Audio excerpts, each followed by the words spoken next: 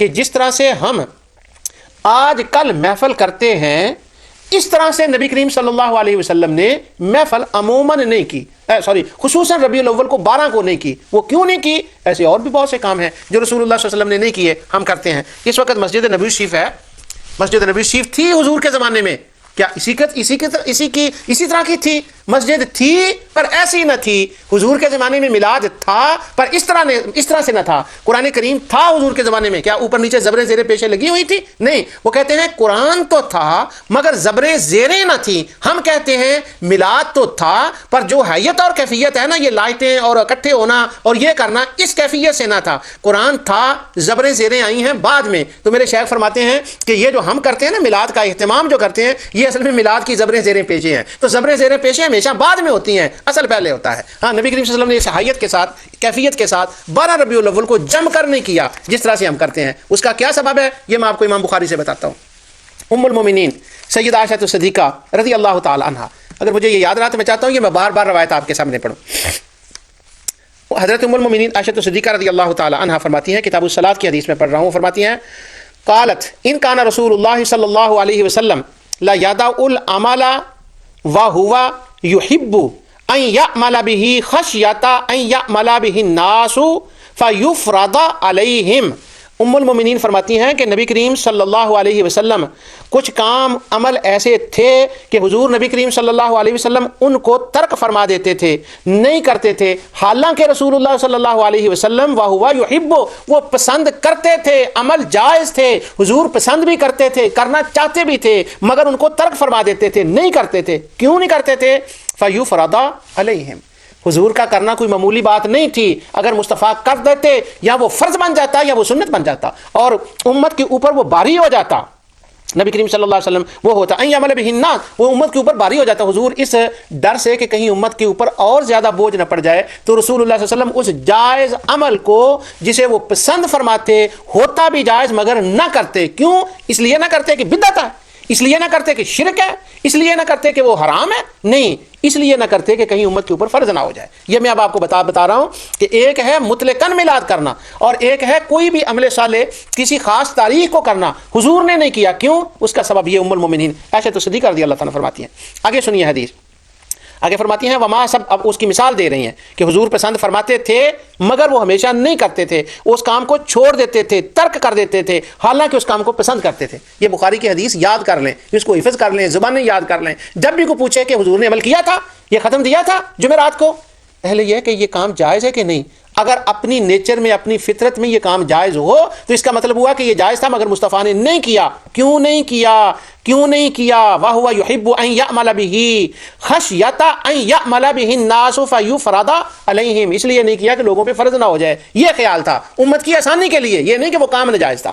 آگے ام المومنین مثال دیتی ہیں، فرماتی ہیں جس طرح کے وَمَا سَبَّحَ رسول اللہ صلی اللہ علیہ وسلم صبحۃ الضحیٰ قط، یہ جو چاشت کی نماز ہے، ام المومنین اپنا علم بیان فرما رہی ہیں۔ وہ کہتی ہیں نبی کریم صلی اللہ علیہ وسلم نے کبھی بھی نہیں پڑھی وما صبح، چاشت کی نماز کبھی نہیں حضور صلی اللہ علیہ وسلم نے صبح الضحیٰ قط، کبھی نہیں۔ آگے فرماتی ہیں وَإِنِّي لَأُسَبِّحُهَا، مگر میں پڑھتی ہوں۔ جب حضور نے نہیں پڑھی تو ام المومنین کیوں پڑھتی تھیں؟ امام بخاری اس کا جواب دیتے ہیں، بات یہ ہے کہ حضور ام المومنین عائشہ صدیقہ رضی اللہ تعالیٰ عنہ اس لیے پڑھتی تھیں کہ یہ تھی بدعہ حسنہ، کام تھا نیک، لیکن حضور نے ترک کیا ایک سبب سے، ناجائز ہونے کی وجہ سے نہیں، کیونکہ کام ٹھیک تھا۔ ام المومنین اس کو پڑھتی تھیں۔ امام بخاری تاریخ الکبیر میں اس کے حوالے پڑھا ہوں پچھلے پروگراموں میں، انہوں نے کلیئر کر دیا کہ صحیح یہ ہے کہ یہ بدعہ حسنہ تھی۔ اب جو ہم سے لوگ سوال کرتے ہیں، 12 ربیع الاول کو حضور بیٹھے، شام کو مسجد کے اندر جھنڈیاں لگائیں، شام کے اندر بیٹھے، یہ کیا وہ کیا، تو اب میں بخاری کی حدیث سے ان سے یہ پوچھتا ہوں کہ بتائیں کہ کیا نبی کریم صلی اللہ علیہ وسلم سیرت النبی کے جلسے کے لیے اکٹھے ہوئے، جھنڈیاں لگائیں، بیٹھے، برگر کھلائے، اہتمام کیا، چھٹی کی، فلاں کیا، یہ ہوا معاملہ؟ جس طرح سے اس کا جواب ہے اسی طرح سے امام بخاری کے سے اس کا جواب ہے، اس لیے حضور نبی صلی اللہ علیہ وسلم نے نہیں کیا۔ اب دوسری حدیث بخاری سے ہی امام بخاری مشہور ہے یہ، میں اس کا صرف اشارہ آپ کو دیتا ہوں، یہ رمضان شریف کے بارے میں ہے کہ نبی کریم صلی اللہ علیہ وسلم ناس، نبی کریم صلی اللہ علیہ وسلم نے نماز لوگوں کے ساتھ ادا کی، لوگ جمع ہو گئے، تو نبی کریم صلی اللہ علیہ وسلم نے ایک دن کیا، پھر لیالۃ الثالثہ رابعہ فلم یخرج الیہم رسول اللہ صلی اللہ علیہ وسلم، اس کے بعد جب چوتھی رات آئی تو نبی کریم صلی اللہ علیہ وسلم باہر نہ نکلے، تیسری یا چوتھی رات آئی تو باہر نہ نکلے اور لوگ مسجد میں اکٹھے ہو گئے، تو نبی کریم صلی اللہ علیہ وسلم نے دوسرے دن فرمایا کہ مجھے پتا تھا کہ میں قال قد رأیت الذی صنعتم ولم یمنعنی من الخروج الیکم الا انی خشیت ان تفرض علیکم وذلک فی رمضان.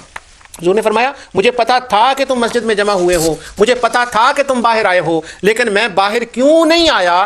اس لیے کہ یہ تم پر فرض نہ ہو جائے. اس کے اوپر بہت علماء نے کام کیا ہے مسئلے کے اوپر کہ اگر نبی کریم صلی اللہ علیہ وسلم کسی چیز کو ترک فرما دیں تو کیا وہ ترک کرنے کی وجہ سے ناجائز ہو جائے گی؟ نہیں. بات یہ ہے کہ ہر کام کی نیچر اور اس کی فطرت کو دیکھا جائے گا، اس کام کی دیکھا جائے گا کہ وہ اپنی ذات میں وہ کام جائز ہے یا نہیں جائز. اگر تو وہ کام اپنی ذات میں جائز ہو، جس طرح سے ام المومنین عائشہ الصدیقہ رضی اللہ تعالی عنہا نے مثال دے کے بات سمجھائی کہ چاشت کی نماز اپنی اصل میں جائز ہے، اپنی ذات میں کار خیر ہے، اپنی ذات میں یہ ٹھیک ہے، اپنی فطرت میں یہ چیز ٹھیک ہے، اگرچہ رسول اللہ صلی اللہ علیہ وسلم نے نہیں کیا پر میں کرتی ہوں، کیوں؟ اصل میں یہ جائز ہے.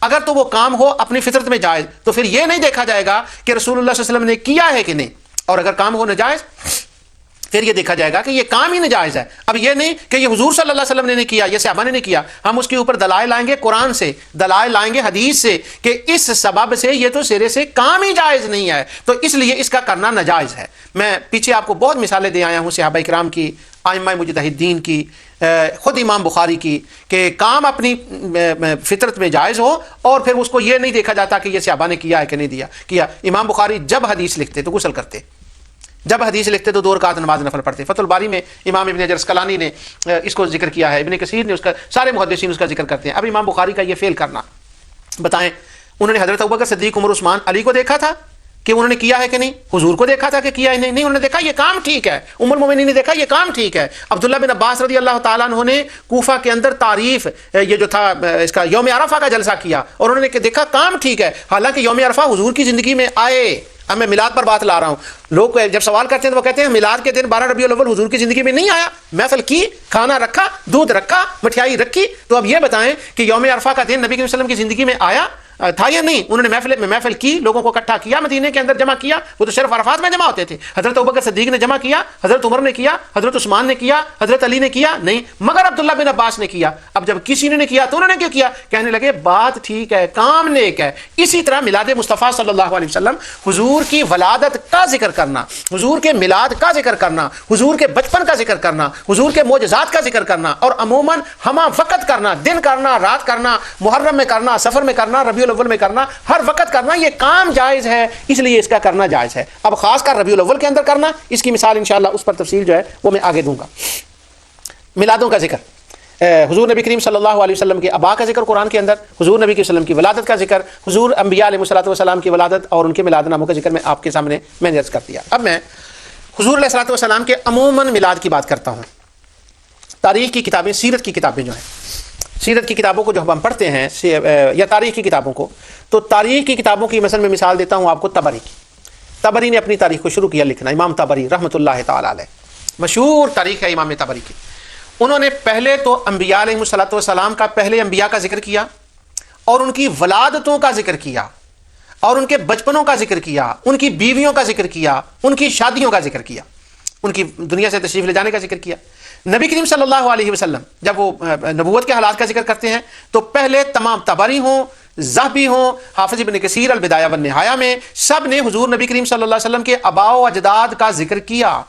سیدہ آمنہ کا ذکر کیا، سیدنا عبداللہ کا ذکر کیا، عبد المطلب کا ذکر کیا، حضرت ہاشم کا ذکر کیا، عبد مناف کا ذکر کیا، حضرت قصی کا ذکر کیا، ان کے سارے آباء و اجداد کا ذکر کیا. اس کے بعد نبی صلی اللہ علیہ وسلم کے بچپن کے حالات اور پھر حضور علیہ السلام کا وحی آنے کا ذکر اور وہ باقی کے احوال کا، حضور کی زندگی کا بیان کیا. میں جو زور دینا چاہتا ہوں اس بات پر کہ یہ کوئی اتنا ڈراؤنا لفظ ہے بدعت، یا تذکرہ میلاد کوئی اتنا ڈینجرس خطرناک لفظ ہے کہ وہ اس سے ڈرا جائے، یہ کوئی اتنی نعوذ باللہ وحشت والا لفظ ہے کہ اس سے ڈرا جائے؟ یہ وحشت والا لفظ نہیں ہے۔ اگر میلاد کا لفظ اتنا وحشت والا لفظ تھا، اس سے لوگوں کو وحشت آتی تھی، ڈراؤنا لفظ تھا، برا لفظ تھا نعوذ باللہ من ذالک، تو اللہ تعالیٰ نے انبیاء کے میلادوں کا قرآن میں تذکرہ کیوں کیا؟ حضور نے خود اپنے میلادوں کا تذکرہ کیوں کیا؟ محدثین نے ان کا تذکرہ کیوں کیا؟ تو یہ خواہ مخواہ لوگ جو ہے نا وہ اس سے ڈرتے رہتے ہیں، بھاگتے رہتے ہیں کہ جی وہ اتنا، یہ جو ہے نا وہ اتنا نہیں، اس کا نام ہی نہ لیا جائے، اس کا تذکرہ ہی نہ کیا جائے۔ یعنی میلاد کے نام سے بھاگنا یہ اتنا نعوذ باللہ من ذالک کا اس طرح سے نہیں ہے، وہ کوئی ڈراؤنی چیز نہیں ہے، اس کا ذکر قرآن میں حدیث میں ہے۔ اب سارے مفسرین اس کا ذکر کرتے ہیں۔ تبرکاً میں امام بخاری نے اس کے اوپر بہت ذکر کیا ہے۔ اب میں ایک دو روایتیں آپ کو بخاری اور مسلم کا، چونکہ نام بہت زیادہ لیا جاتا ہے اس لیے میں ان کا ذکر آپ کے سامنے کر دیتا ہوں۔ یہ صرف ایک روایت میں صرف کیا اس کا نام لیتے ہیں، پڑھوں گا کتاب الانبیاء سے۔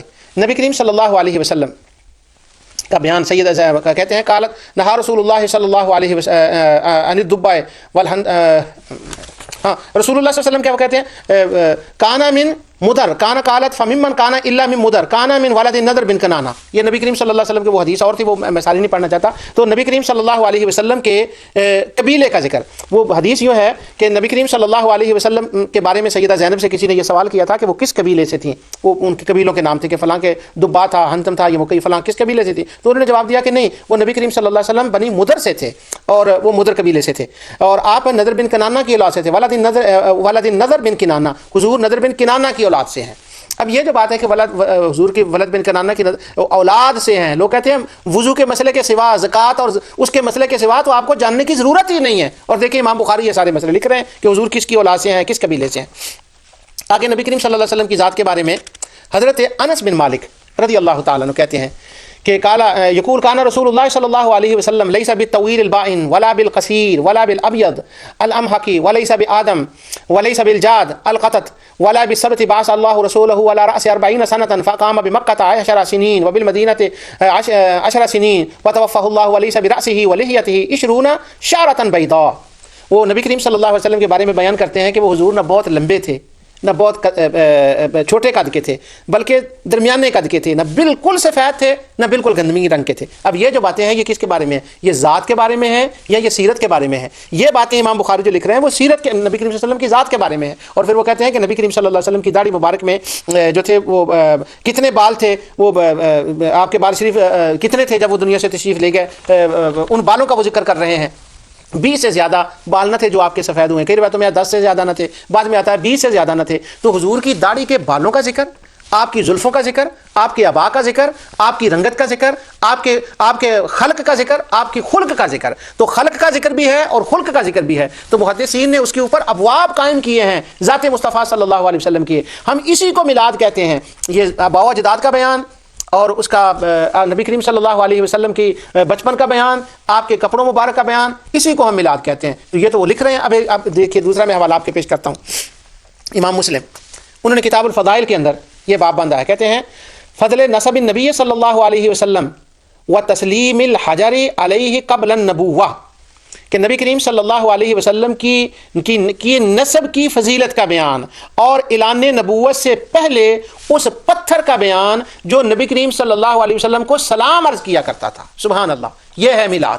تو اب جب ہم مسلم پڑھتے ہیں تو اس کے اوپر تو کوئی قید نہیں ہے کہ کسی وقت بھی پڑھیں 12 مہینوں میں۔ اگر کوئی بندہ مسلم کی یہی کتاب، یہ جو میں نے ابھی باب پڑھا ہے، نبی کریم صلی اللہ علیہ وسلم کا نسب اور نبی کریم صلی اللہ علیہ وسلم کی فضیلت اور اس پتھر کا جو تھا وہ سلام کرنا، جو حدیث امام مسلم لائے ہیں، اگر 12 ربیع الاول کو یہی بات کر دے، ہو ربیع الاول کا مہینہ، تاریخ بھی ہو 12 اور 2 4 10 بندے بیٹھیں اور اس کو بیان کر دیں اس حدیث کو۔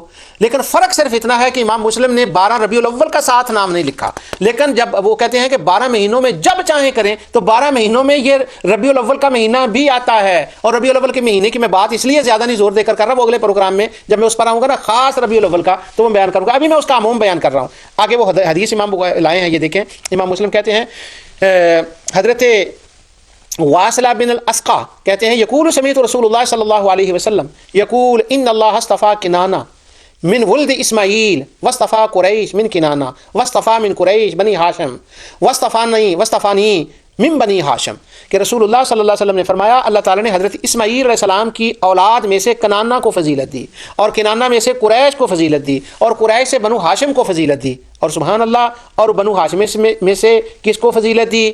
وَاسْطَفَانِي وَاسْطَفَانِی من بنی ہاشم، اور بنی ہاشم سے مجھے فضیلت دی۔ اب آباء و اجداد کا ذکر اور پھر اپنی فضیلت کا ذکر، بس یہ میلاد ہے۔ اگر کوئی کہہ لیں کہ کتاب الفضائل کا دوسرا نام میلاد النبی ہے تو یہ غلط نہیں ہوگا۔ میلاد النبی کی میں بات بتاتا ہوں آگے امام مسلم حدیث لائے ہیں کہ نبی کریم صلی اللہ علیہ وسلم نے فرمایا انی لأعرف حجرة بمکہ کان یسلم علی قبل ان انبعث انی، اللہ اکبر، لأعرفہ الآن، حضور فرماتے ہیں مکے میں ایک پتھر تھا، واہ واہ، مکے میں ایک پتھر تھا جس کو میں پہچانتا ہوں۔ وہ کیا پتھر کرتا تھا؟ کتنی نمازیں پڑھتا تھا، کتنی زکوٰۃ دیتا تھا، کتنے حج کرتا تھا، کتنے روزے رکھتا تھا۔ اس بات کا بیان ہے اس حدیث کے اندر کہ وہ پتھر نماز سجدے یہ کرتا تھا؟ نہیں، فرمایا اعلان نبوت سے پہلے وہ کیا کرتا تھا؟ قبل ان اب عصا، ابھی میں نے اعلان نبوت نہیں کیا تھا تو وہ کیا کرتا تھا؟ کانا یسلم، بس جب میں گزرتا تھا نا، گھر سے آتا اور جاتا تو مجھے سلام کہتا تھا، اور میں آج تک اسے پہچانتا ہوں۔ اگر مصطفیٰ کو پتھر سلام کریں تو حضور اسے نہیں بھولتے، اور اگر بندہ مومن ہو کر مصطفیٰ کو سلام کرے تو آقا اس کو کیسے بھول سکتے ہیں؟ یہ میں آپ کہیں گے کہ یہ تو میلاد کی بات تو نہیں ہے۔ میلاد کی بات اس لیے میں کہہ رہا ہوں کہ ان کے حضور نبی کریم صلی اللہ علیہ وسلم کی ولادت باسعادت سے لے کر اعلان نبوت تک کا جو درمیانی عرصہ ہے آپ کی عمر کا، ان کے احوال کو بیان کرنا یہ میلاد ہے، ان کی ذات کو بیان کرنا یہ میلاد ہے۔